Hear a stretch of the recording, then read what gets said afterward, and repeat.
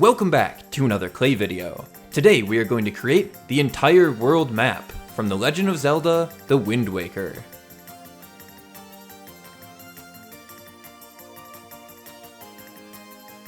Looking at this map, I can't tell if this is my best or worst idea I've ever come up with. 49 islands is going to take me a very long time. Digging into the seemingly endless pile of hippie crafter clay from that sponsored video many months ago, we can start creating the base. I want to give a huge shout out to Equalyze. I asked him to make me a remix for this video of one of the songs from The Wind Waker, and he did not disappoint. So if you like what you hear and you want to hear some more Nintendo remixes, definitely go check out his channel and give him some support. With our base layer done, I want to introduce you to my newest employee. This is Zippy. Now he's a pretty crazy guy, he never stops moving, and that's why we named him Zippy. He's going to be running the quality control in my videos from now on, so he's just going to kind of make sure everything is up to par and exactly how it should be. Something I started doing a while back, and I really love how it turns out, is swirling together some blue and white clay, chopping it into all these little patties, and slapping them all over the base. This gives such a random water design with such minimal effort, it's amazing. After we've covered the whole thing and smoothed it all out, we are ready to start working on the islands. So I figured we have 49 islands to make, it's going to take about 30 minutes each, it will take me 24.5 hours. I was so wrong. It took me 42 hours to create all of these islands. That's not including any of the editing or anything like that, that's just straight creating the islands. Would I do it again? Yes, I would, because this ended up being probably my favorite creation I have ever made. It definitely rivals the Super Mario World map, which since I created it has always been my top favorite. So this is one of the first times I've actually made something with clay and had a plan. I mean, it's pretty flimsy, but it's a plan.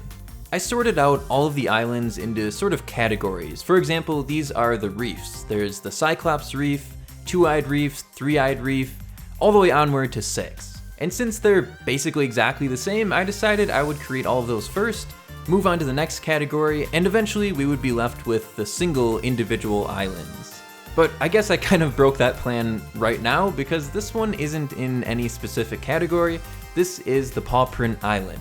I did say the plan was pretty flimsy. I think for the rest of the video, mostly I stuck to that plan though.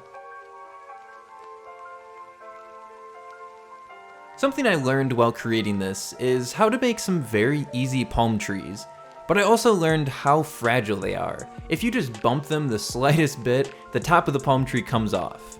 After baking though, they are a lot stronger, but I can't tell you how many times when I was making this map that I bumped them and had to remake them. This is going to be a little diving boat. I can't remember what the name of it is, but we have some little divers. I mean, you can tell that's a diver, right? Maybe not, but you can only do so much with this tiny scale. You find these all throughout the game, and there's other details like this that I just created one of them, just to represent that it's in the game, but there's no way I was going to make that on every single location. Now this island is very important. There's 3 of them, but they have a slight variation. There's 3 different pearls you can collect in the game. Once you get them, you return them to the correct statues, and then you unlock a secret temple. I'm going to try to give enough information about things, but not too much to spoil it in case you haven't played it.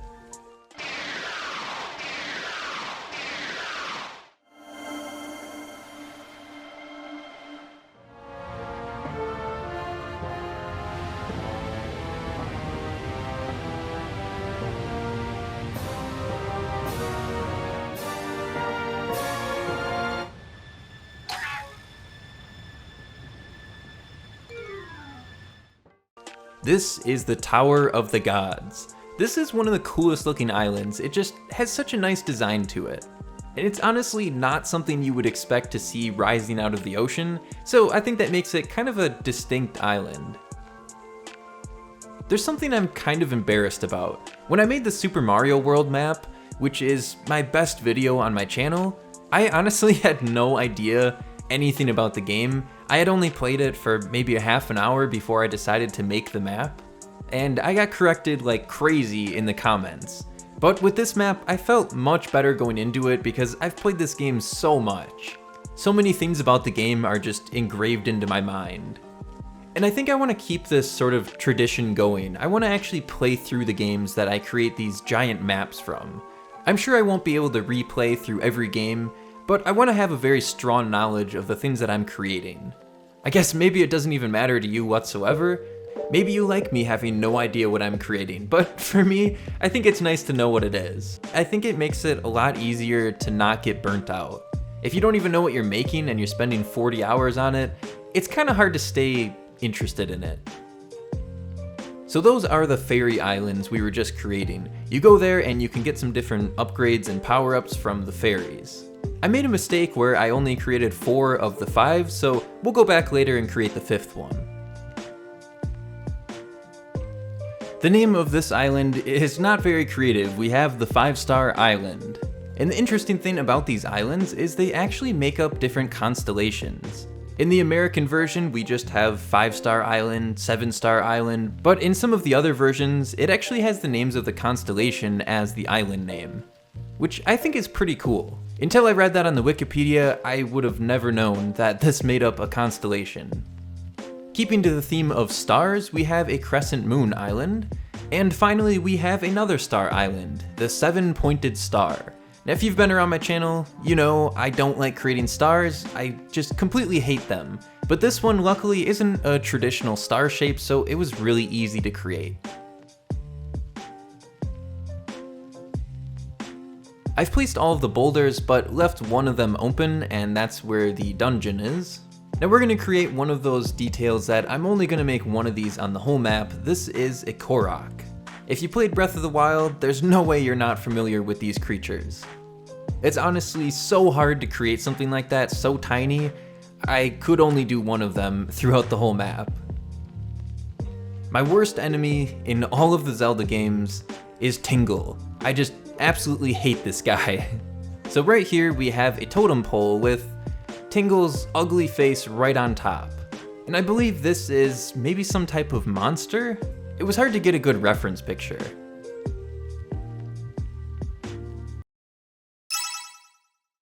I just hate that guy. Moving on, and hopefully never going back to Tingle, we have the Island of Steel. This island is basically an armored fortress.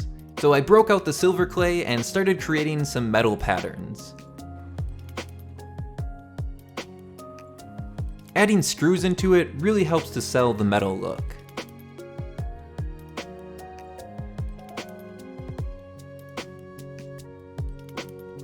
What's a fortress without a powerful defense? We have some spikes and cannons to help fend off any intruders.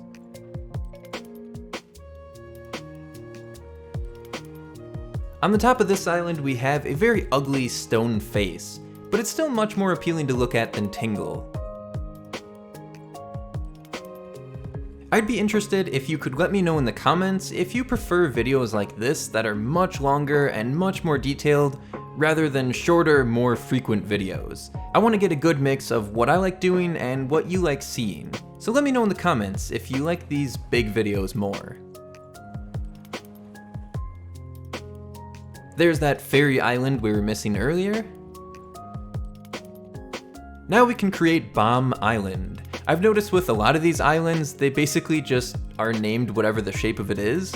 But for me, that doesn't take away from the actual design of the island. I still think that they look amazing.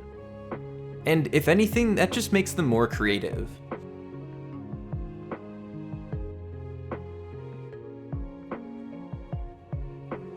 On the top of all of these pillars, we have some little switches. You have to come through here and hit all of these, and I believe this opens up a secret door.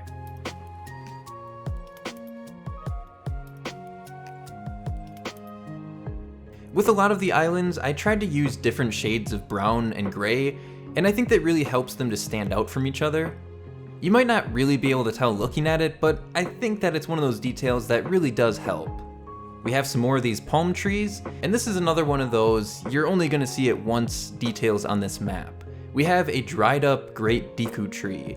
Now there's a quest that you have to do in this game that you have to go from the Great Deku tree in a time limit taking this special water to water all of these trees. So you have to really know where they are and be able to find your way to each of them in a pretty strict time limit. Because if you don't make it to them all in time, the water just turns back into normal water and you have to do it again. I remember this being one of the hardest things for me to do in the game, just because I feel like I have a terrible sense of direction and I could never find my way to all of the islands in time. I guess I probably should have looked at a map and then I could have just marked where I had to go. If I play through the game in the future, that's definitely something I'll do.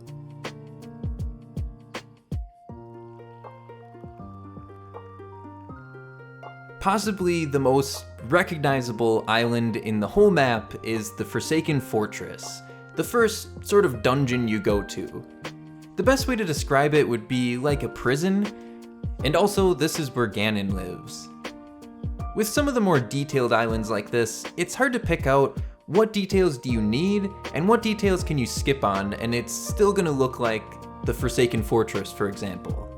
So I tried to pick the most important and notable features and add them into this island.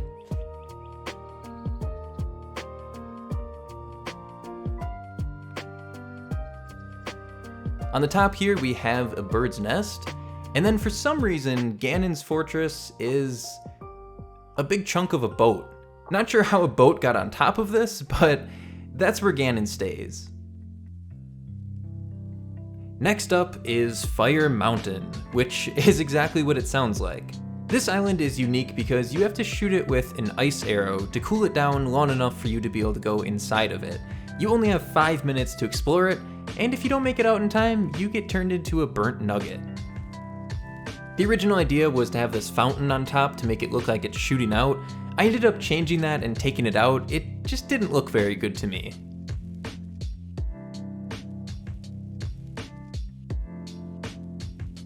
Now this island is very similar, but the opposite. This island is so cold that you get turned into a popsicle if you stay here too long, so you have to shoot it with a fire arrow, and you have 5 minutes to explore it.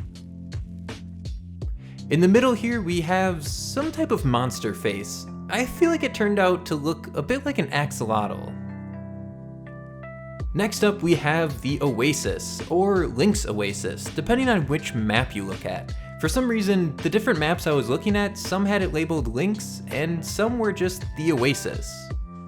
There's probably an easy explanation to this, but it's just been so long since I played it, I can't remember. This island ended up being one of my favorites. I just really love the design of it. It looks like a nice, peaceful getaway. It has that feel of a private resort in the Bahamas. I've never been there, but I've seen it on commercials, so that's gotta count for something. This is some type of little hut or house that we have on the island. It's all about just getting in enough details so you can tell what it is, because there's no way to actually recreate every detail on it. Now, one of my favorite things to do on maps is add in these swirls into the water. I always love how this looks, and it really brings the water to life.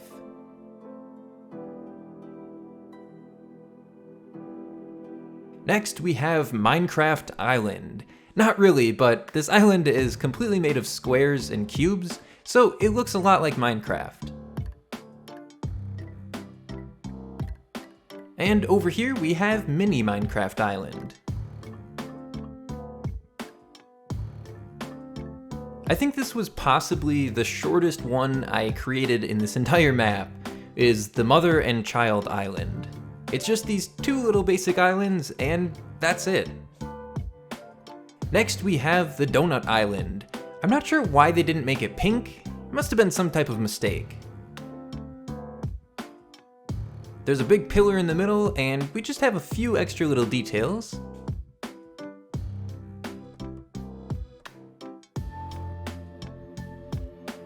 This next island was pretty fun to create. It's nice and simple, but has a lot of cool details to it.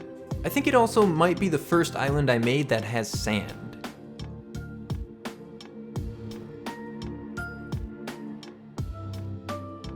We need to add in a little bridge here to connect the two little islands. We have a simple castle and a little pine tree. It's pretty obvious why they named this Horseshoe Island, but something I never noticed before is the little island in the center of it is actually supposed to be the post. When you play horseshoes, you throw the horseshoe around the post, and I guess I never really put it together that that's what that's supposed to be. This next island is probably my favorite one to visit in the game. It's for some reason just become the most memorable island. If I think of Wind Waker, I just instantly think of this island. Now, of course, with this tiny scale, I didn't completely do it justice, but the most important thing we have is Valoo on top. I hope I'm pronouncing that right. This is the dragon that when you first visit, at least for me, I thought this was the enemy. This was the boss of the island, but it turns out you actually have to rescue him. And I think I kind of accidentally made a Yoshi. Next is Windfall Island, and this island is pretty huge. There's an entire city on it. So it was a little tricky to figure out what are the most key details. The windmill and these little buildings, and I think it's a pretty close match. Possibly the most unmemorable island on the entire map. It's just this island's design is not very appealing. There's not really much going on. I thought by adding in these little slits into it, it would make it look a bit more detailed. Here we have the flight platform, which, if I remember correctly, you have to do some type of race by flying with your Deku Leaf. I love how this whole island is just completely made of wood. Another very basic, kind of unmemorable island, I don't even remember the name of it. We just have a couple little platforms, a little dungeon at the end, and a couple little boulders. The Great Fish Island was originally a thriving community, but Ganon destroyed it, so now we just have some ruins. And you wouldn't be able to tell from looking at it, but this used to be the site of Lake Hylia, which is a very common location in the Zelda games. I wanted to give myself a bit of a challenge on this one.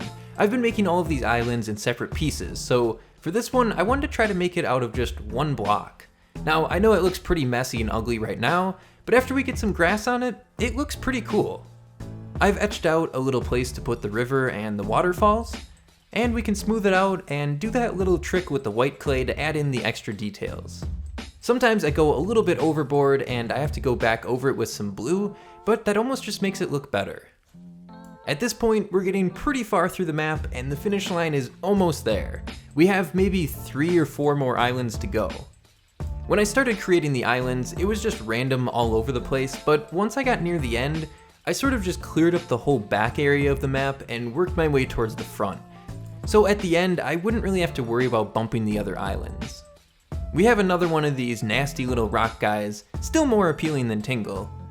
Another very memorable island, because this is where you meet the Deku Tree. This island was especially hard to try to capture the most important details. There's a lot going on with the island, but I think the most important parts are the tree and this little waterway that you have to go through.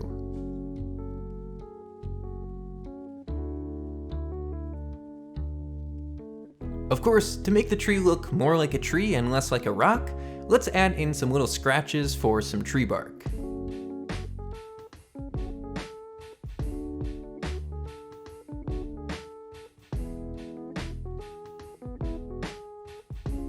A very simple but very cool looking island is the boating course.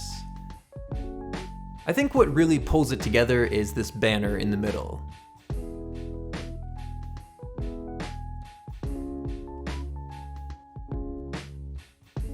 And now we move on to our final island. I saved this one for last because it's the island that you start on, Outset Island.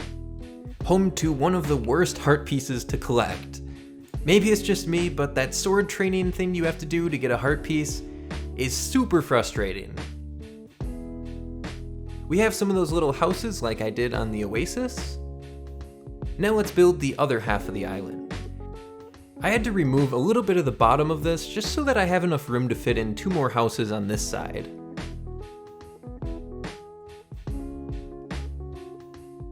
We have 2 different bridges that connect the islands together. First we have a little rock bridge here, and then on top we have a nice little wooden bridge. Now with all of the islands done, I can remove the paper grid and see all of my hard work all together in one small place. And now we are ready to get baked.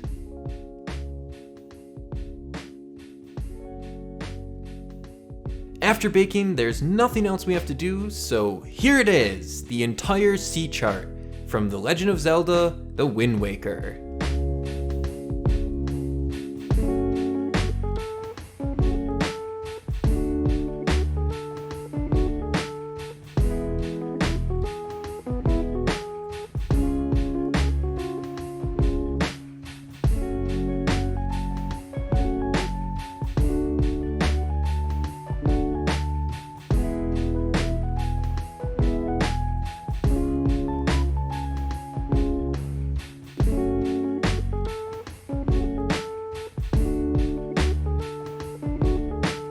I really hope you all enjoyed the video. This was amazing to create. It was a dream come true to finally make this massive map.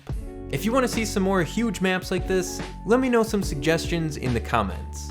Thank you all for watching, and I will see you all in the next one.